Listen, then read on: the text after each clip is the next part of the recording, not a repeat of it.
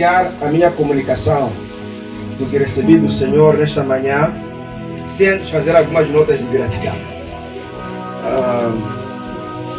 Irmãos, às vezes quando nós falamos com ousadia, depende dos ombros de quem nós nos apoiamos. Eu, em particular, me apoiei nos ombros do evangelista Zeca. A qualidade que eu tenho é porque este homem foi um instrumento de Deus para permitir que eu estivesse onde estou agora. Não é?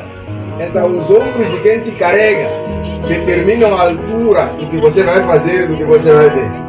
Então, o meu líder, nós só temos um coração de profunda gratidão. E só Deus pode recompensar o serviço sacrificial que faz.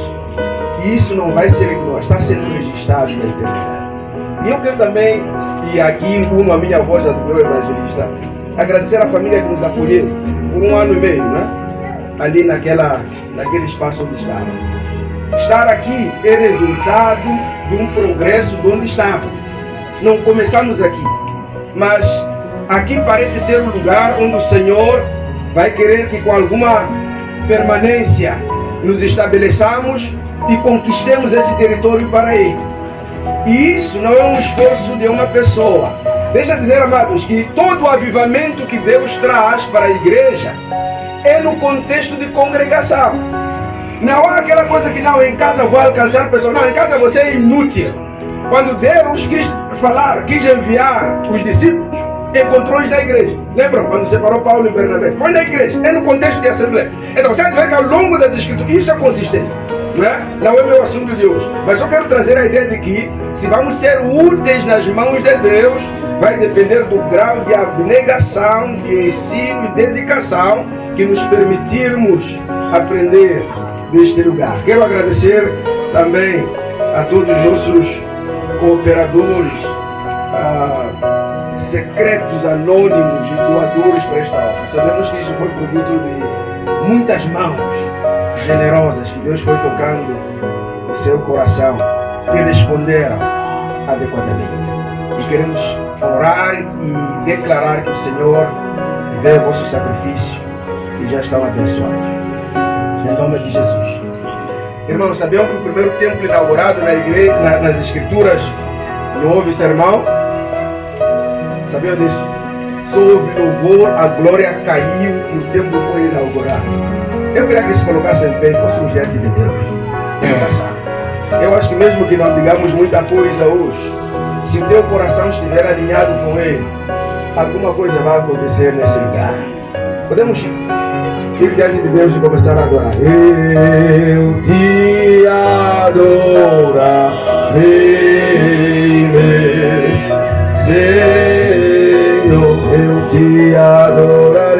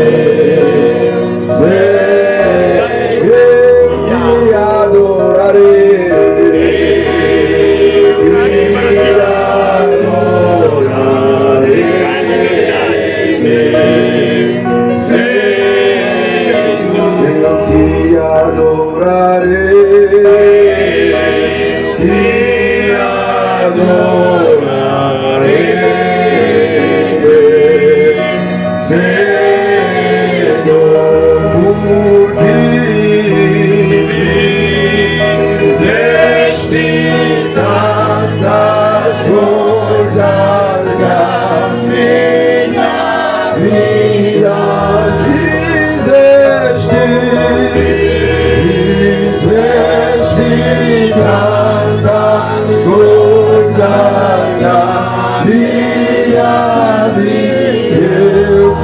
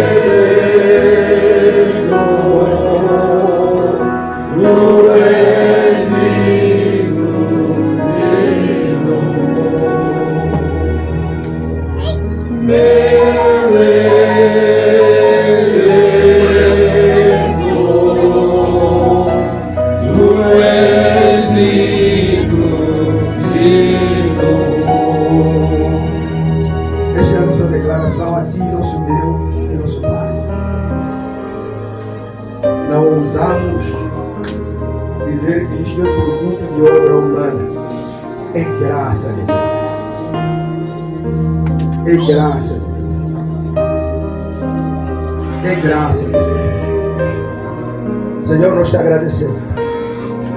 Te agradecemos. Te agradecemos. Te agradecemos. Mesmo os irmãos que doaram, foi o Senhor que impulsionou seu coração para o fazer. O mérito é todo seu, nosso Deus. É todo seu, Jesus. E nessa hora não queremos arrogar sobre nós honra nenhuma. Não queremos partilhar honra nenhuma consigo. Porque toda para si, todo louvor, toda adoração é para si, Senhor. É para si, Jesus. E nós somos gratos por nos fazer testemunhas e comparticipantes da tua. Agradecemos, Jesus. Bendizemos o teu nome. Nós te glorificamos, Jesus.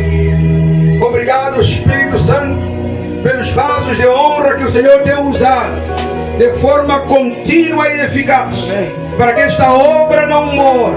Te glorificamos, exaltamos o teu santo nome, em Cristo Jesus.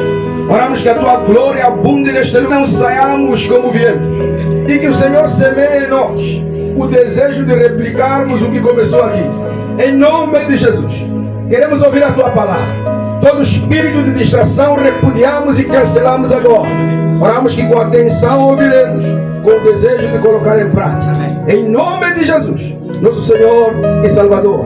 Amém. Amém. Amém. Pode se acomodar, amados, na bendita paz do nosso Senhor Jesus. Parabéns, Zona do Guava.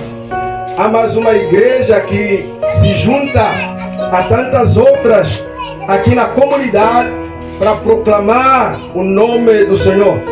Não viemos para competir, viemos só para acrescentar e ajudar naquilo que é possível em reformar vidas e trazê-las de volta para o dono que é o nosso próprio Deus. O nosso desejo é que cada bairro tenha uma igreja. É possível em nossos dias? Eu creio que é. É possível. Porque para mim às vezes não faz sentido. Eu vivo longe. Ultrapasso zonas e zonas para chegar na minha igreja local. Não faz sentido. Não faz sentido. É possível? Eu creio. Eu creio. Não estou a convidar ninguém para crer como eu. Eu creio. Eu creio. Ageu capítulo 2 vai ser a nossa reflexão para esta manhã. Ageu capítulo 2, nos versículos 3 e versículo 4, 9. Esse é um texto interessante que eu não vou esgotá-lo hoje, mas eu tenho certeza que podemos criar aqui um esboço que os meus amados podem, quando chegarem em casa, com mais devagar, ler esse texto. Recomendo. Ageu só tem 2 capítulos, capítulo 1 e capítulo 2. Acabou. Então, por favor, quando chegar em casa, com mais calma, leia os 2 capítulos, porque eu hoje só quero trabalhar nesses 6 versículos do capítulo 2. Capítulo 2. Mas recomendo que você leia os capítulos todos. Só são 2 capítulos ali. Ageu capítulo 2, no versículo 3 e versículo 9. E o tema da nossa reflexão nesta hora será uma casa para a glória de Deus. Uma casa para a glória de Deus. Versículo 3. Quem de vocês viu este templo em seu primeiro esplendor?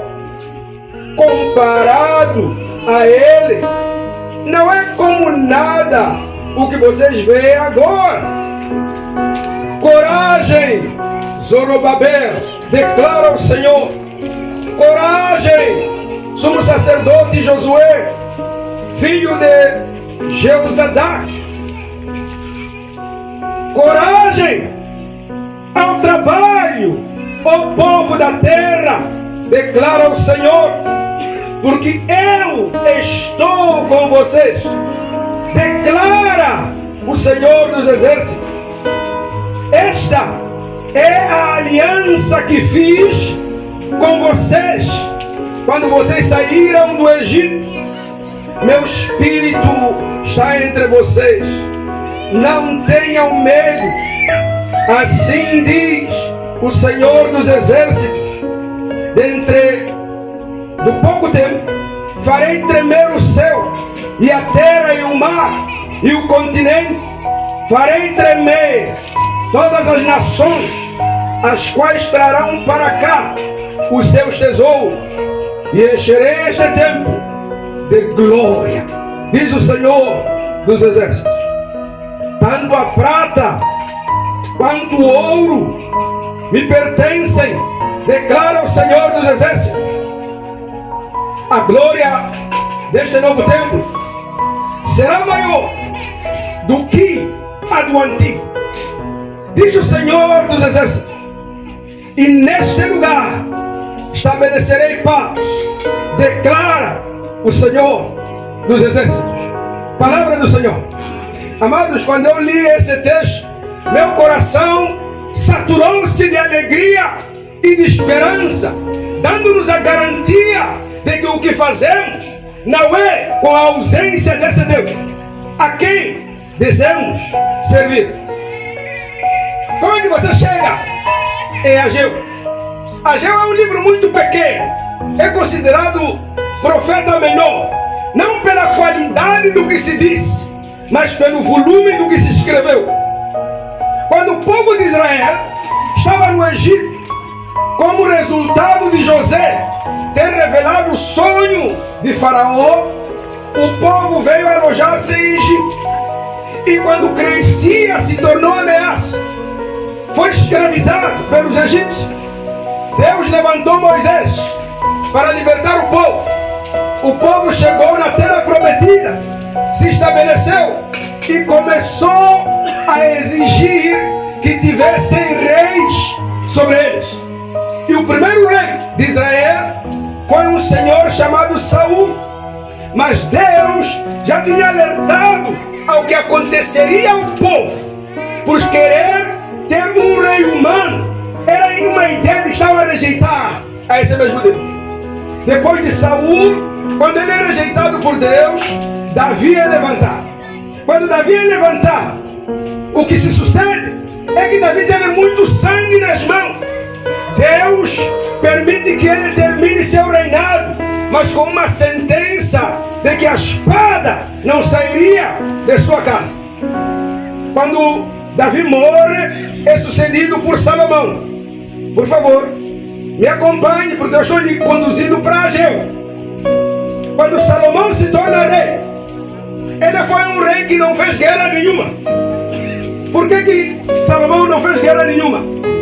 Porque o pai já tinha matado todos os inimigos dele.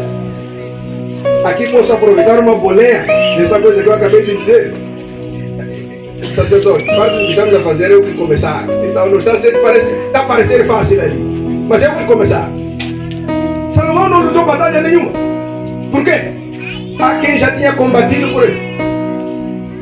Salomão morre e o seu filho Jeroboão toma o trono. Foi um péssimo rei. E por causa dele, as 10 tribos se dividem nas duas. Judá fica de um lado e Israel fica do outro lado.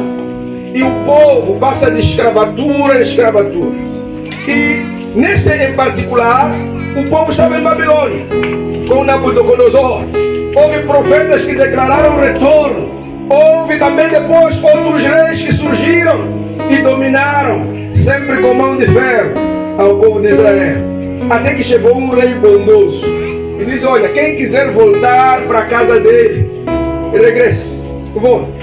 É aí onde encontramos a história que é narrada em Ageu e é complementada em Neemias capítulo 3, 4 e 5.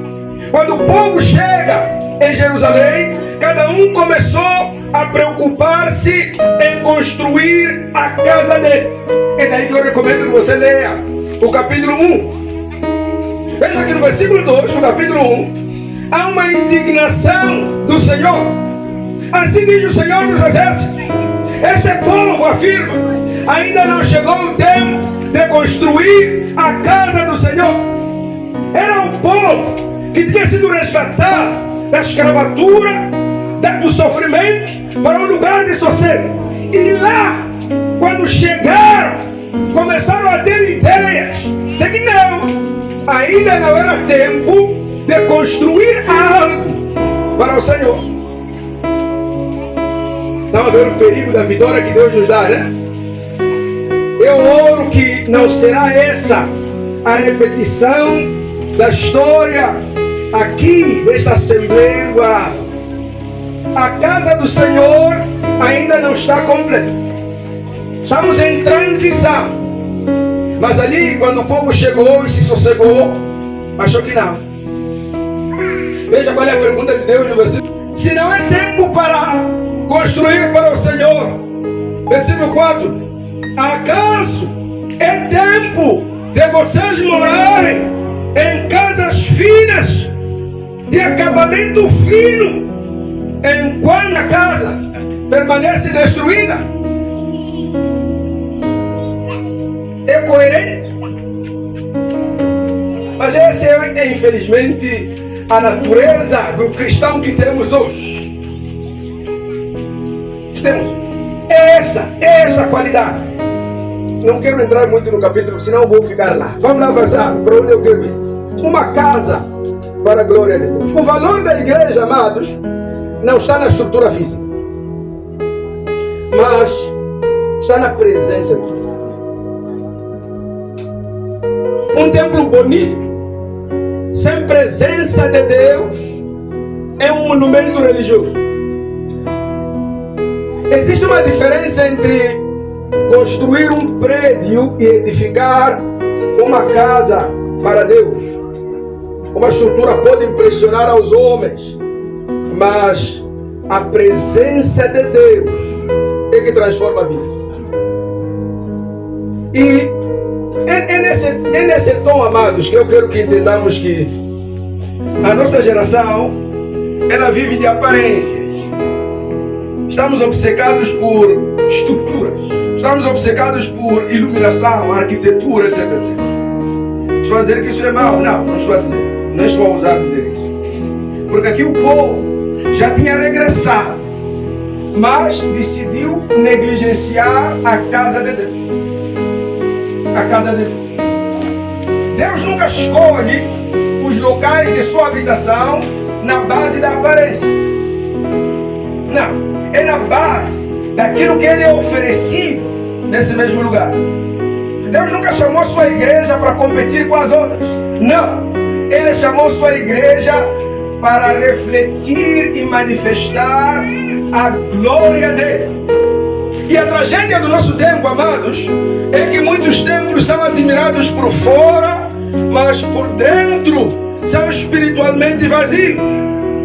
O Senhor, quando olha para uma igreja, Ele mede a mesma pela santidade do povo. Ele mede a mesma pela centralidade da palavra dele. Ele mede a igreja pela sinceridade da adoração rendida a Ele. Ele mede a relevância dessa assembleia pela qualidade da presença dele, que é absorvida pelos membros que nela estão contidos. Sabiam que esse lugar pode ser uma plataforma de avivamento que precisamos na província de Maputo? Mesmo com esse material que está circundando, a condição qual é? É quando garantirmos e manter neste lugar a presença de Deus. O grande problema de muitas igrejas modernas não é a ausência de recursos. Não. É a ausência da glória de Deus. Há som, há atividades, há movimentos, há organização, mas há pouca presença desse Deus. Há pouco arrependimento, há muita competição, como se fôssemos para um céu diferente. Há pouca oração, mas somos teóricos quanto a isso. Há pouco serviço, mas apontamos quem tenta fazer. Há pouca glória, porque não conseguimos reter a presença de Deus em nosso meio. Posso repetir? Um templo bonito, sem presença de Deus, é um museu vazio, é um palco inútil, que até podemos usar só para ser, como é que chamamos aquilo depois de casar? Recepção de casamento, para se comer e se beber. O que faz diferença em toda a assembleia de pessoas que se congregam em nome dele é garantir que ele esteja presente. Hoje o Senhor nos convida a compreender esta verdade profunda. A glória da igreja não está nas paredes. A glória da igreja, ela está na presença dele, no meio dela. Está na presença dele, no meio dela. É exatamente isto que Ageu nos confronta, para refletirmos e garantirmos que vamos ter uma casa para a glória de Deus. Amados, eu queria também fazer um estudo sobre a glória de Deus, e vi que não, vou me desviar, porque não é o que eu quero falar nesta manhã. A glória de Deus é um assunto extenso e vasto. É um assunto, irmãos, sacerdote, sugiro que estudemos a glória de Deus. Vamos entender que quando a glória de Deus, para ela aparecer, há requisitos que devem ser cumpridos. Um deles é a radical obediência à palavra de Deus. Lembram-se quando Moisés queria pedir que a glória descesse em Êxodo, capítulo 40. O que Deus disse para fazer? Olha, você deve ter ali um senso de reverência, senso de santidade. Você deve ser um povo que está limpo de coisas inúteis para que ele desça. Não tem como comandarmos a descida da presença de Deus se nós tivermos vidas contrárias a esse Deus. No templo de Salomão, em 2 Crônicas, capítulo 5, no versículo 13 ao versículo 14, o que foi necessário para que houvesse descida da glória de Deus? Unidade entre os músicos, entre os levitas. Eu disse que a igreja, o primeiro templo a ser inaugurado nas Escrituras, não houve pregação, não houve sermão, mas a glória de Deus desceu de tal forma que ninguém se esqueceu daquele dia. Até esse tempo em que estamos em Ageu, a lembrança daquele evento estava presente na vida daqueles vovôs que testemunharam aquela inauguração do primeiro templo. A glória, ela não vem por improviso, ela é resultado de submissão. Uma casa para a glória de Deus é aquela que não improvisa coisas para Deus, mas ela é intencional em garantir que a mesma se estabeleça no meio dela. Não há glória sem obediência, não há glória sem unidade, não há glória sem santidade. A glória, quando desce, em alguns casos, ela desce como fogo para consumir tudo que é inútil. É daí que, se você for um deles, é também consumido no processo. Para entender Ageu, precisamos entender um momento histórico importante aqui. O povo de Israel havia voltado da Babilônia, estava em Jerusalém, e Jerusalém eram ruínas, estava destruído. Agora o povo retorna sob liderança de 3 homens. O primeiro é no versículo 4, é um tal chamado Zorobabel. Zorobabel era o governador. E também tinha um outro amado ali, chamado Josué. Josué era o sumo sacerdote. Mas depois vêm os outros como Esdras e Neemias, que tinham esse papel auxiliar. O povo em Jerusalém começou a reconstruir seu templo, mas depois pararam. Deixa só explicar por que pararam. Porque houve irmãos que acharam que não, estamos a gastar muito ali. E parece que o governador nem autorizou esta coisa. Leia Esdras, capítulo 1, Neemias capítulo 4, 3, 4, 5. Há de ver que lá há uns irmãos inteligentes que disseram: não, isto aqui não tem aprovação. Não. A igreja, o templo parou. Pararam de construir. Porque houve sabedoria humana insinuando que não era tempo. Não era tempo. É por essa razão a pergunta no capítulo 1. Se não é tempo para mim, é tempo para vocês? É a lógica para entender. O capítulo 1. Esses anciãos que mandaram parar a construção daquele templo, eles tinham um problema. Qual era o problema? É que enquanto se construía o templo, o novo templo, eles começaram a chorar. Choravam por quê? Porque o novo templo parecia pequeno. O novo templo parecia simples, não tinha cimento no chão. O novo templo era de madeira e não de ouro, não de pedras preciosas, como Davi preparou para seu filho Salomão. Humanamente falando, o novo templo, este de capítulo 2, tinha menos ouro, tinha menos esplendor, tinha menos brilho, tinha menos imponência, tinha menos aparência. Aqueles irmãos ficaram ofendidos que estamos a construir um templo que não é igual onde estamos a vida. Você quer ver o demônio da comparação? O que faz? Ele paralisou a obra. Por quê? Porque você quer ter aquilo que era naquele tempo. Só que esqueceram que aquele templo caiu por causa de idolatria. Era bonito, tinha ouro, mas não havia presença. A idolatria era normal. Deus diz: não é ouro nem prata que eu preciso. Por quê? Porque Ele é o dono dessas coisas. Se Ele quisesse que aquele novo templo fosse de ouro e de prata, Ele que é o dono dele poderia ter liberado, tal como liberou para Davi e Salomão. A glória desta casa é como ele conclui ali no versículo 9: a glória deste novo templo será maior do que no antigo. O profeta aqui, ele aparece para corrigir a visão espiritual errada do povo, que consistia em determinar que a aparência externa é igual à presença de Deus. Diz: não. Esse templo só parece inferior.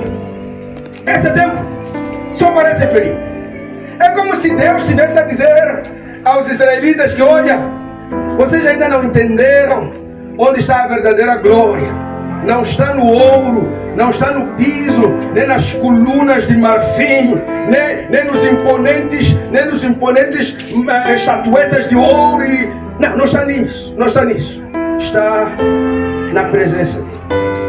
Na presença dele. Então vamos ver, irmãos, muito rapidamente, uma casa para a glória de Deus. O que ela deve ter? Né? O que ela deve possuir? Uma casa para a glória de Deus. Número 1, a aparência externa não define a glória de uma igreja. Não define. A aparência externa não define. Não define. Se você vem aqui e fica desencorajado: não. Cuidado. Porque nesse lugar, a presença de Deus pode estar mais ativa do que em qualquer outro que você queira comparar. Se fizermos o quê? Se garantirmos que o dono esteja aqui. Veja que a pergunta que se levanta no versículo 3 é: quem dentre vós tenha ficado, viu esta casa na sua primeira glória? Aqui Deus confronta a comparação carnal. O povo estava preso no passado. O povo estava preso na comparação. E comparação é uma armadilha diabólica do diabo. Aliás, não é isso que usamos nossas vidas para fazer? Lembra que Paulo vai dizer que só os tolos se comparam entre si? Estagnação. Ah, eu não sou como fulano. Não, você não é fulano. Mesmo se nascerem na mesma maternidade, no mesmo dia, na mesma hora, não são iguais. Deus corrige esta noção errada de comparação. Os mais velhos olhavam para o templo antigo e diziam: não, aquele antes era melhor. Antes era melhor. Mas Deus está mostrando que, olha, vocês estão vendo de forma errada. Por quê? Porque Deus não olha como os homens. Lembra quando mandaram Samuel para a casa de Jessé? O homem vê o exterior, porém o Senhor vê o coração. Deus nunca avaliou a sua obra pela aparência externa. Deus avalia pela qualidade da inclinação desse coração para Ele. Igreja de Guarda, a condição de mantermos-nos relevantes e úteis em Deus reside na nossa constância nele. A igreja é simples que carrega o avivamento. Aliás, até nas escrituras, as maiores igrejas que provocaram um grande mover não eram grandes. Vocês que vêm de lá, estávamos estudando Apocalipse. Lembram que algumas daquelas igrejas que foram mais elogiadas, Filadélfia, eram igrejas pequenas. Qual era o diferencial ali? É que Deus havia sido garantido que está ali. Está ali. Lembram no dia 1, quando estávamos a transitar para este ano, a minha oração qual foi? Que a igreja conheça Deus. Porque se você conhecer esse Deus, você vai esquecer tudo que você sabe dele. E vai querer cada dia aprender a inovação que ele traz para você. A maior tragédia do nosso tempo é vivermos na base do passado que conhecemos Deus e negligenciamos o que Ele tem reservado para o presente. Lembra-se que Ele disse que esqueçam o que se foi. Eis que faço algo novo, algo novo. Quando é que perdemos algo novo? Quando ainda estamos amarrados no passado.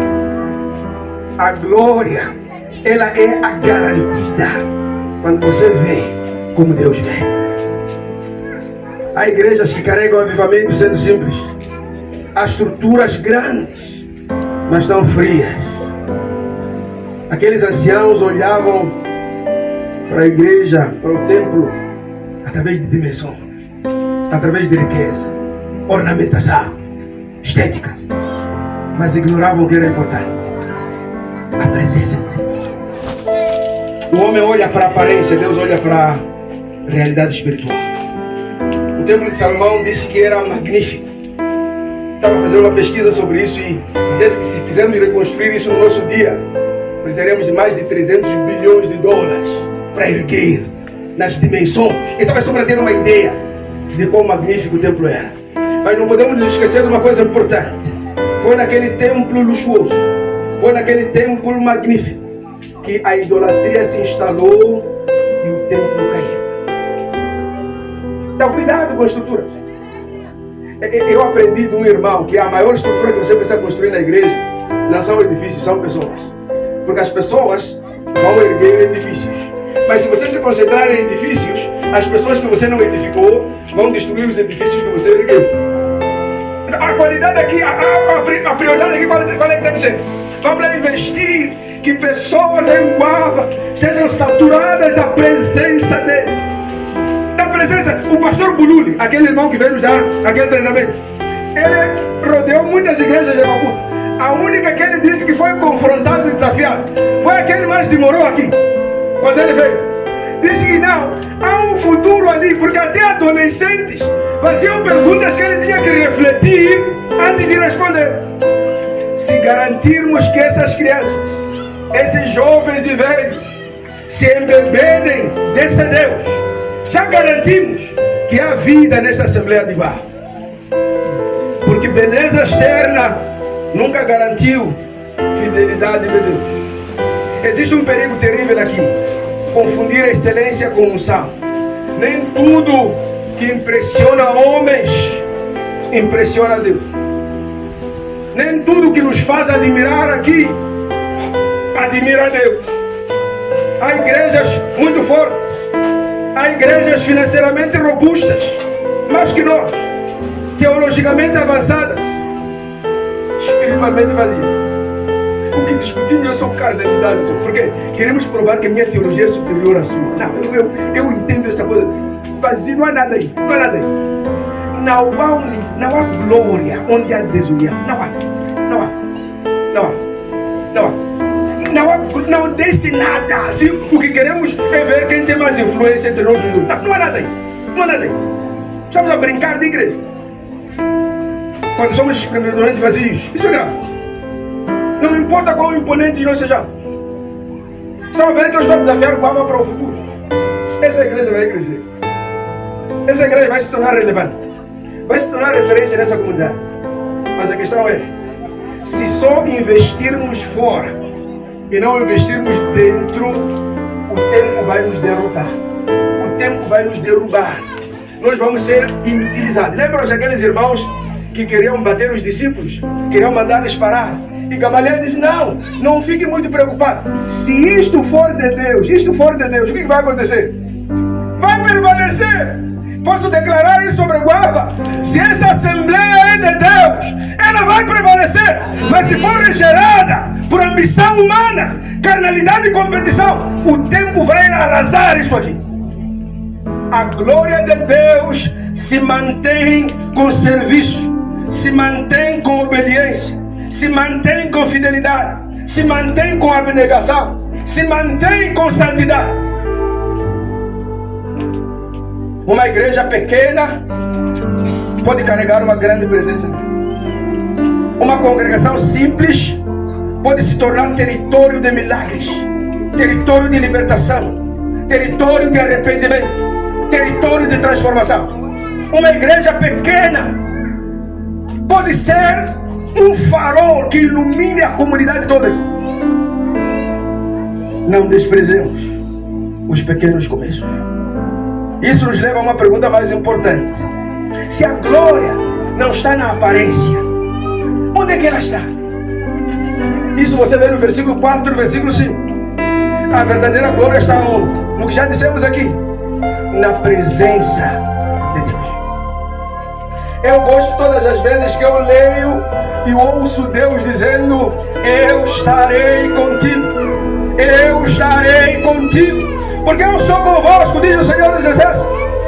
Já que o centro do nosso texto, a glória não estava no mármore, a glória não estava no ouro, não estava nas colunas, não estava na arquitetura, não estava nas pedras, não estava na decoração. A glória estava na presença de Deus. Na presença de Deus. Outro dia eu vou ouvir falar sobre a presença de Deus. Estou a deixar muitos TPCs aí. Mas deixa eu só trazer um aperitivo do que a presença de Deus faz. Veja quando Moisés... vamos lá começar não com Moisés. Vamos lá começar com Isaac. Em Gênesis 26, no versículo 24. Quando Isaac estava sofrendo oposição, Isaac estava sofrendo inveja, Isaac estava sofrendo perseguição, porque estava simplesmente a ser Isaac. Deus teve que aparecer e dizer, olha, não temas, eu estou contigo. Quando Deus aparece a você e te dá a segurança de que Ele está consigo, irmão, não há crocodilo que se levante, você está seguro. Ninguém conseguiu abafar o trabalho de Isaac. Por que razão? O Senhor era com ele. Lembra de Jacó? No capítulo 28 de Gênesis, no versículo 15, ele estava fugindo, estava inseguro, estava sozinho. Mas Deus teve que aparecer a ele e dizer: olha, eu estou contigo, estou contigo. Moisés, em Êxodo 3, no versículo 12, Deus aparece e diz: estou contigo. Veja que Moisés foi, por acaso dessa afirmação, foi ao Egito e falou com ousadia diante de Faraó. Por que razão? Porque ele sabia que quem está com ele é maior do que aquele que ele vai enfrentar. Quando você viaja, embarca na obra de Deus sem Deus, você vai morrer. Vai morrer, vamos te lamentar. Vamos olhar para ti e dizer: esse irmão aqui estava por aí para onde? A obra de Deus não se faz sem Deus. Não, é suicídio. É suicídio. A glória estava na presença. O cabor, o peso, a densidade, a importância que o povo de Israel teria era porque Deus estava lá. Sem Deus, somos ilustres e inúteis. Não há nada em nós que seja atrativo. O que nos faz ser atrativos para é Deus que está em nós. Só isso. A glória estava na presença. A glória de Deus é a manifestação visível da sua presença. O templo só fazia sentido porque Deus habitava lá. É a única razão de fazer que aquele templo tivesse sentido. Sem presença divina, o altar é só um palco. Sem presença divina, o culto fica um teatro. Sem presença divina, os coros são um espetáculo só, que temos que depois aplaudir. A liturgia vira só aquela formalidade morta. Moisés entendeu isso. É por essa razão que Êxodo 35, se puderem ir para lá por favor, no versículo 15, Moisés diz uma coisa interessante: se a tua presença não for conosco, não nos faças ir. Moisés entendeu que toda viagem sem Deus é uma viagem para inutilidade, é uma viagem para o fracasso, é uma viagem para inoperância. Se Guava vai ter alguma evidência de progresso, não se esqueça de garantir que Deus esteja consigo. Moisés aqui sabia de uma coisa diferente. O que tornava Israel poderoso não era o exército. O que tornava Israel temido não era o número que possuía, era a presença de Deus. Da mesma forma que o que vai nos tornar relevantes aqui, neste bairro, não é o nosso tamanho, grande ou pequeno, não é nossa fama, não é nossa influência. O papai presidente, quando viemos daquela vez, da forma como resolveu o nosso assunto, parece que já nos conhecíamos há algum tempo. Só disse: não, resolva lá, traga o A, B, C, D, e o assunto já está resolvido. Nós cegamente acreditamos que o que aconteceu? Deus já tinha colocado o presidente aqui antes de nós virmos aqui. Quando Deus está na obra, o esforço vai ser pequeno. Vai ser pequeno. Se a tua presença não for comigo, não nos terá. O que significa Deus estar nós? O que significa Deus estar nós? Esse é outro assunto mesmo. Significa que Ele direciona você. Você não pode dizer que eu estou com Deus, que Deus está comigo, mas o que Ele fala a você, você não obedece. Há uma outra fonte de informação que você tem de usar para legitimar o que você quer fazer. Não, você não está ouvindo Deus. E Deus não está consigo. Lembram o que Ele diz em Salmos 38, no versículo 32, aliás, no versículo 8? Eu te guiarei, eu te instruirei no caminho que você deve andar. Em outras palavras, você não precisa inventar caminho. Por quê? Há quem está consigo e vai te dizer onde ir. Versículo 32, capítulo 32 de Salmos, ali no versículo 8. É Deus falando ali. Eu o instruirei, eu o ensinarei o caminho que você deve seguir. Eu te aconselharei e cuidarei de você. Baba quer direção, mantenha a presença dele. Baba quer instrução, mantenha a presença dele. Baba quer aconselhamento, mantenha-se na presença dele. Baba quer cuidado, mantenha-se na presença dele. Que homem pode te dar isso melhor do que Deus? Quando você assegura a presença de Deus, amado, os homens, eles podem dizer o que quiserem dizer. Mas no fim, vai à volta e diz: Senhor, eu, você quer dizer que aquele irmão é para ser ignorado. Presença. Quando você tem a presença de Deus, quando Deus está consigo, o que você garante? Salmos 46, no versículo 1. Você garante proteção. Deus protege você. Deus protege você. Veja o versículo 1. O que significa Deus estar consigo? Significa Ele te proteger. Deus é o nosso refúgio e a nossa fortaleza. Ele é o nosso auxílio sempre presente. Quando? Na adversidade. Quando as coisas não estiverem a funcionar, nós sempre podemos recorrer ao nosso Deus. Podemos sempre ir lá. Podemos ir lá. O que significa Deus estar com você? Significa ter um ponto de consolo. 2 Crônicas, Coríntios capítulo 1, versículo 3 e 4. Significa ter uma base de sustento. Isaías 41, no versículo 10. E significa ter uma fonte de capacitação constante. Filipenses 4, no versículo 3. E também significa ter uma fonte permanente de coragem. Moisés entendeu que o que fazia diferença na vida de Israel não era a estratégia, era a presença. Era a presença. Sabe que isso é diferencial também para as nossas famílias, para os nossos projetos individuais, para as nossas agendas individuais, até para o ministério do Senhor. Mostra-me lá um irmão sem presença de Deus e que se arroga de sucesso. Não há nada ali. É uma coisa temporária. Lembra-se que Salmo diz: não tenham inveja dos ímpios, que não, né? Já leram os textos? Sim. Mas quando você tem a presença de Deus, você garante que o que você faz, ele mesmo prospera. Qual é o requisito que Deus deu a Josué para ele ser alguém de sucesso? Era que não se afastasse do livro da lei, nem para a esquerda, nem para a direita. Então, o sucesso, do ponto de vista de Deus, é na medida que você estiver alinhado com o que Ele diz para você seguir. Não existe sucesso fora de Deus. Moisés possuía um cajado, lembra-se daquela vara dele. Mas sabiam que aquele cajado na mão de qualquer um era só um pau de madeira? O que tornava diferente aquele cajado era a presença de Deus. Era a presença de Deus. Abriu o mar vermelho. Ele trouxe água a partir de uma rocha. Confrontou o faraó. Não foi por causa dele, foi por causa da presença. Moisés era gago, irmão, era gago. Como é que ele conseguiu falar com o rei com tanta eloquência? O rei entendeu.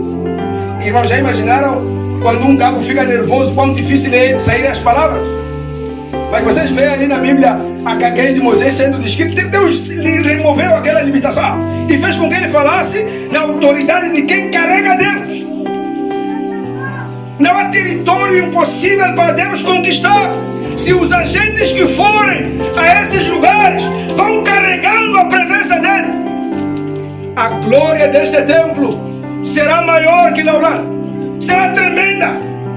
Vamos ouvir novidades do que Deus está fazendo. Está libertando pessoas e está fazendo com que o seu nome seja famoso e apetecível. O poder nunca está nos objetos. O poder nunca está nas estruturas. Sempre esteve na presença de Deus. Mas sabem que lá onde nós não gostamos de estar, ninguém quer estar lá. Ninguém quer estar lá. Por quê? Porque se você estiver próximo de Deus, você tem que morrer. Você tem que morrer. E ninguém quer morrer. Você ainda quer parecer que os teus títulos falam, né? Ninguém quer ser parecido que não é nada. Jesus se tornou pessoa para que o nome dele fosse acima de tudo. A elevação de Jesus foi consequência dele ter se diminuído. Ninguém quer se diminuir. Eu já vi homens relevantes se tornando inúteis, simplesmente porque querem provar que são úteis. Deixa Deus fazer isso por você. Vava, não estão a competir com ninguém. Esta comunidade, temos uma igreja próxima ali, são nossos irmãos. O pastor estaria aqui, acho que por alguma coisa pode não estar. Não sei se está aqui. São nossos irmãos, não estamos a competir. Não pescamos em aquário. Se o irmão te diz que é daquela congregação, deixa ele ir lá. A nossa meta e alvo são pessoas que não conhecem Jesus. Não é ir lá dizer que aqui é um evangelho melhor que o seu. Quem te tornou juiz disso? Quem te qualificou para ser juiz disso? Agora você é o analisador das igrejas que pregam melhor que as outras. Não cabe a você fazer isso. Só simplesmente carrega esse Jesus. Diga, irmã, há um Jesus onde eu congrego. Ele cura, ele liberta, ele restaura. Vai em alguma igreja, se diz sim, vou ali, deixa a irmã ir lá. Não viemos aqui para competir, nem para ser fonte de confusão. Só queremos comunicar que também carregamos essa presença. A igreja que carrega a presença de Deus é uma igreja cheia de arrependimento. É uma igreja em que as pessoas lá estão transformadas. Irmãos, sabe que transformação não se finge, né? Não se finge. É como gravidez. Você pode esconder até 4 meses. Mas se não há nada, vamos ver. A Bíblia nos diz que pelos seus frutos sereis conhecidos. Nós vamos ser conhecidos se somos uma assembleia de paz ou de desunião, dependendo de como nós nos lidamos com quem está ao nosso redor. Lembra que no nosso comunicado dissemos ali, na nossa declaração, que vamos ser harmoniosos com todos ali? Sim. É uma indicação de que você carrega Deus. Deus não é de confusão. E vai ser contraditório você ser membro desta assembleia, vai ser o principal agente de confusão na comunidade. Não é isso. Não é para isso que viemos aqui. Quem carrega a presença de Deus não despreza a santidade, não anula santidade, não relativiza santidade. Eu não gostaria que a igreja de Guava fosse uma igreja cheia de pessoas, mas vazia de glória, cheia de bancos, mas vazia de humildade, de frutos do Espírito. Fruto do Espírito. Fruto do Espírito. Quando a presença de Deus é presente numa assembleia, os corações são facilmente tocados, são compungidos, famílias são restauradas, jovens são transformados. A palavra de Deus confronta o pecado, porque a presença de Deus ainda muda vidas.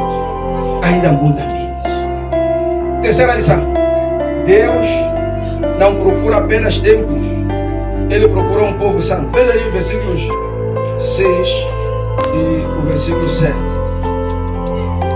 Assim diz o Senhor dos Exércitos. Vou terminar daqui a pouco. Dentro de pouco tempo, farei tremer o céu e a terra, o mar e o continente. Farei tremer todas as nações, as quais trarão para cá os seus tesouros. Encherei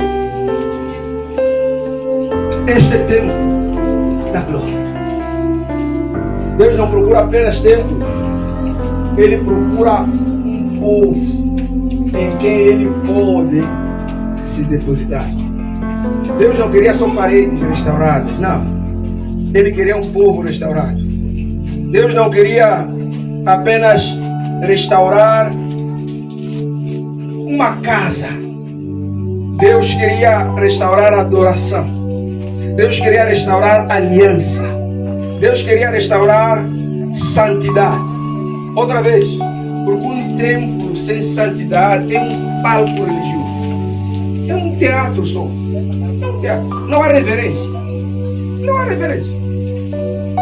Sabe, irmão, que a forma como você se comporta na igreja determina o grau de entendimento que você tem desse Deus. Sabiam disso? É proporcional. Se eu sei que este é o lugar onde a presença de Deus está residente, qual é a postura que se espera de mim? E eu sempre dou um exemplo paralelo. Se fosse um líder humano, uma autoridade humana, uma excelência que viesse aqui, como é que nos comportaria? Mas e Deus? É menor que pessoas. Então o grau de respeito e reverência que damos a Deus é proporcional ao nível de conhecimento que você tem desse Deus. É proporcional. O perigo do nosso tempo é construir templos sofisticados sem manter Deus presente. Sem manter Deus presente. Um templo sem santidade pano por aí. Vamos fazer muita coisa sem o Deus. O perigo disso qual é? Mateus 7, no versículo 21. Naquele dia muitos virão e dirão: em teu nome, em teu nome, em teu nome. Eu vou dizer que eu não os conheço. Eu que sou o dono, porque você disse que fez em meu nome, eu nem sei. Você esteve por conta própria. Sede santos porque eu sou santo. É o mandamento dele. O problema de Israel não era a arquitetura só. O problema de Israel era a moral, era espiritual. Santidade é prioridade para a glória e a presença de Deus. A igreja precisa entender que não basta inaugurar prédios, é preciso também consagrar vidas. Hoje a preocupação é com estética, é com estrutura, mas a dele é de quem você é. É de quem você é. É de quem você é. Deixa eu terminar com o versículo 8 e 9. Há uma promessa ali que o povo vai dar. Enquanto a santidade se encontra na presença de Deus, então o futuro da igreja se torna profético. Veja que o versículo 8 e o versículo 9. A Bíblia diz que a glória desta casa será maior do que a da primeira. Isto parecia humanamente impossível. Não é? Por quê?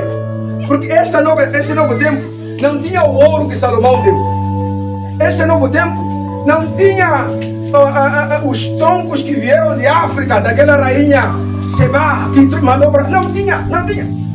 Então, quando Deus diz: olha, esta casa vai ser maior do que a de Salomão, na mente de todos os irmãos mais velhos, isso parecia uma loucura. O que o primeiro templo tinha? Vamos lá só recapitular. Tinha ouro, tinha riqueza, tinha imponência. Então como é que o segundo seria mais glorioso? O segundo seria mais glorioso porque estava apontando para algo maior que o primeiro não tinha, que era o próprio Jesus. Deus não estava falando apenas de arquitetura. Profeticamente, Ele estava falando da vinda de Jesus. O segundo templo receberia a visita do próprio Jesus.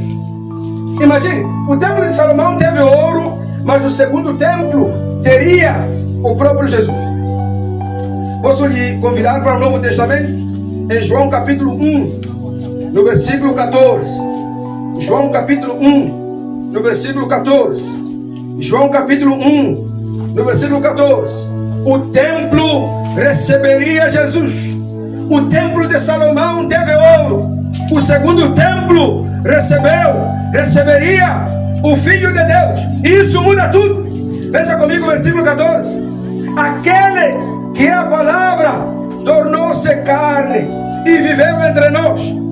Vimos a sua glória. Glória como do unigênito vindo do Pai, cheio de graça e de verdade. Se você quer manter a glória de Deus, mantenha a presença dele. Se igual quer manter a glória de Deus, mantenha Jesus no centro dessa assembleia. É a condição de nos tornarmos relevantes. Isso muda tudo, porque a verdadeira glória nunca esteve nos enfeites, esteve na manifestação do Filho de Deus. Jesus é a manifestação suprema da glória de Deus. E ele declara: nós vimos essa glória. Nós vimos essa glória. Nós vimos essa glória. Nós não adoramos mais um sistema centrado em edifícios. Agora, Deus habita no seu povo. É onde eu estava aí. Deus habita no seu povo. Deus decidiu não estar mais num lugar físico, mas começar a habitar em cada um de nós. Enquanto formos carregadores da presença dele em santidade, a garantia de vermos o mover dele em nosso meio está assegurada. Hoje precisamos priorizar a presença dele acima de atividades. Nem tudo que emociona os homens emociona Deus. Precisamos ter cultos bíblicos, cultos reverentes, cultos centrados em Cristo, cheios do Espírito Santo. Precisamos restaurar o altar da oração. Igrejas fortes são consolidadas e construídas de joelho. Sem oração, programas vão substituir o mover do poder de Deus. Técnicas vão substituir unção. Experiência vai substituir a inovação desse Deus para nós. Igrejas fortes são edificadas de joelhos. Posso ouvir um amém? Amém. Quero lhe dar aqui lições práticas que eu aprendi do livro de Ageu, capítulo 2. Lições práticas. A primeira é que toda comparação mata a visão do presente. Por que aqueles anciãos pararam de construir o templo? Porque começaram a pensar o que aquele templo não tinha, porque eles estão presos no passado. Meu sacerdote, se quisermos nos prender com... Mas eu sei que isso nem se aplica assim. Mas se quisermos nos amarrar com o que foi, não vamos ver o que tem que ser. E o problema da minha geração é exatamente esse. Estamos presos no que foi. Mesmo quando não serve, não, isso é o que somos. Mesmo quando é inútil, não está funcionando. Não está... Eu aprendo aqui que toda comparação mata. Os anciãos comparavam o templo antigo com o novo. E o resultado qual ele foi? Frustração, nostalgia doentia, desânimo coletivo. Pararam de ter expectativa de ver o que Deus pode fazer. Há pessoas presas ao templo de ouro, como era antigamente. Lembra como fazíamos naqueles tempos? Eu escutei um general aí, não sei se é general, mas acho que é um militar. Ele dizia que, olha, se nós contarmos aos nossos filhos que antigamente nós comíamos e saciávamos, essa história não mata a fome deles agora. Faz sentido ou não? É. Então não nos diga o que você foi, diga-nos já o que você pode ser. E esse templo será glorioso. Esta igreja será gloriosa. Porque é o que queremos ver. Não estávamos lá, estamos aqui. O que você pode nos apresentar? Estão vendo, irmãos? Quão perigoso é comparações. Isso acontece em igrejas, em famílias, em ministério, até em vidas pessoais. Queremos nos comparar uns com os outros. É tolice, porque você esquece o que Deus pode fazer por você. Você não é cópia de ninguém. Não se diminua porque alguém parece ser mais relevante que você. Você é precioso. Guava não é igual a nenhuma. Não é. Não é. Não é como Catembe. Não é como Laulane. Não será como Itaca. Não será como Pazimar. Nem será como as que já temos em Manga. Não será. Será distinta. Mas o que vai nos tornar distinto, ou igual, é garantir a presença de Deus. A glória dele faz diferença. Número 2. A saudade pode se tornar idolatria. Há pessoas que falam mais do passado do que do presente. Pode se tornar idolatria. Veja lá o que a Bíblia diz no versículo 4.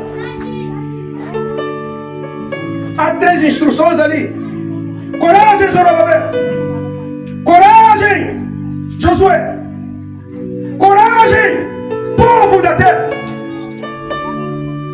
Para você experimentar o novo de Deus, exige coragem e exige trabalho. Exige coragem e exige trabalho. Exige fazer o que nunca foi feito. E isso exige o quê? Coragem. Porque vamos lhe apontar o dedo, mas aquele irmão ali está fazendo, não somos assim. Não, exige coragem para você dizer sim, é o que Deus me disse para fazer. Exige trabalho. Não vai haver mudança se estivermos de braços cruzados.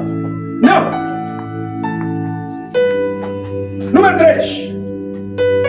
Deus encoraja as pessoas cansadas. Veja o versículo 5. O povo já estava desanimado, porque haviam lá sábios que estavam a falar bobagens em nome de espiritualidade. E Deus vem e diz, olha, Eu fiz uma aliança com você. Quando vocês saíram do Egito, lembra? O meu espírito está entre vocês. Então, olha, não tenham medo. Não tenham medo, guarda, de fazer o que ninguém já fez em Obuto. Não tenham medo. O Espírito de Deus está no meio de vocês. É o que importa. É o que importa. Tirem a estrutura, tirem até cadeiras.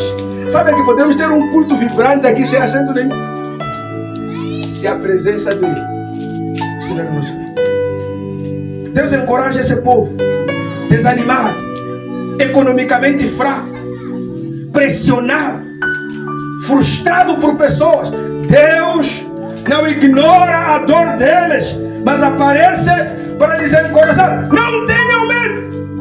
Lembre-se da aliança. Lembre-se da aliança. Há momentos em que a obra parece pequena, os recursos parecem limitados, os resultados parecem lentos, mas Deus está dizendo: lembre-te, lembre-te da aliança. Lembre-te da aliança. A terceira lição que eu aprendo aqui é que a presença de Deus, ela vale mais do que a aparência externa. O segundo templo parecia pequeno, visivelmente, mas Deus promete a presença dele. Deus promete a presença dele.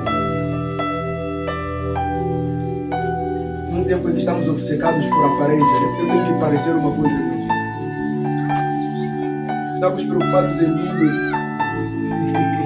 Somos quantos hoje? Sabe, irmãos, os discípulos eram quantos? Eram quantos? E o que fez os discípulos fazerem diferença? Foi o que eles carregavam. Não há outra coisa, foi o que eles carregavam. Aparência de ministério. Eu aprendo aqui também que Deus continua fiel às alianças que ele faz. Se Deus é o mesmo ontem, hoje, para sempre, o que ele disse, ele vai cumprir. Ele vai cumprir. Ele vai cumprir. Deus não pode trazer a glória futura a partir de ruínas do presente. É preciso você desejar essa renovação. Essa renovação. Posso terminar dizendo, amados, que muitas vezes pensamos que não temos estrutura, não temos dinheiro, não temos influência. Mas ninguém está preocupado em pensar se não temos ou não. É o que faz diferença. Meu líder, eu quero te convidar para nos abençoar, nos liderar em alguns minutos de oração. Eu queria que dissesse, Senhor, não saia daqui. Não saia. Pode se colocar em pé, por favor. Que a sua presença não saia deste lugar. Porque se Deus sair daqui, irmãos, podemos arrendar isso aqui para ser um centro de eventos só. Por favor. Senhor, que a sua presença não saia deste lugar.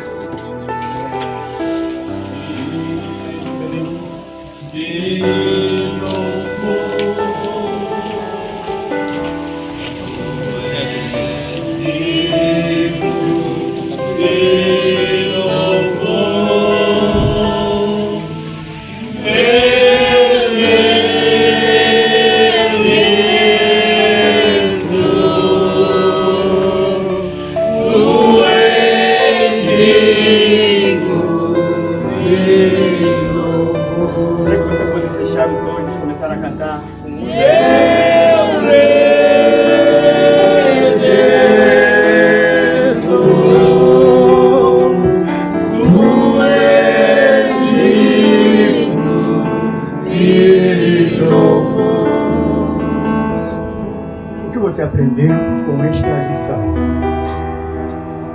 O que o seu coração está dizendo esta manhã?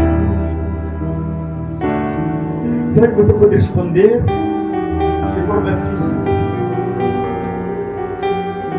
Alguns pontos que entraram em contraste com a sua vida. Talvez a sua agenda está sendo desafiada ainda hoje. Será que você pode dizer, Senhor? Será que você pode orar como Moisés? O único líder de todas as escrituras que pediu para não só ouvir de Deus, mas ver. Será que essa geração há homens que se interessam na sua oração de desafio? Que seja manifesta a sua glória. Eu quero te ver antes de eu morrer. Será que esta pode ser a sua declaração, povo de Goiaba? Será que você pode dizer, Senhor, eu tenho uma agenda demais. Talvez o meu emprego me rouba tempo de orar. Ah não, porque é o meu negócio. Não tenho tempo de orar. Precisa chegar a ti, Senhor. Será que você pode dizer, Senhor, me perdoa agora? Em nome de Jesus.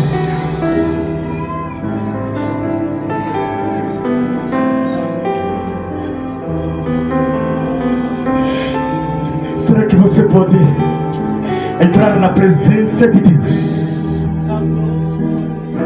de forma humilde e dizer, Senhor, eu já ouvi a palavra de Deus, eu já ouvi o Evangelho, mas eu quero que eu faça a diferença nesta vida.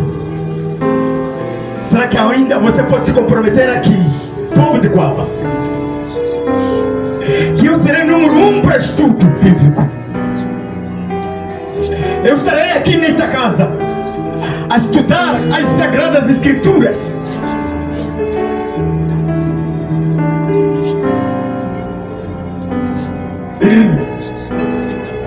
Será que você pode dizer, Senhor, eu quero fazer parte do serviço dessa igreja?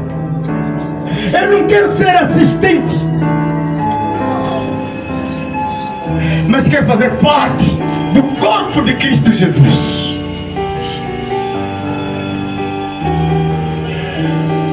Pai, hoje é um dia maravilhoso. É um dia em que nem fome nem tem lugar nas nossas barrigas. É um dia em que nem sede não tem espaço em nós, porque estamos sendo saciados com a tua palavra. Oh, mestre, o que nós queremos é que o Senhor ande conosco em nome de Jesus. O que nós queremos é que seja feita a sua vontade para a igreja de Goiaba. Todos os propósitos pelo qual o Senhor levanta essa igreja,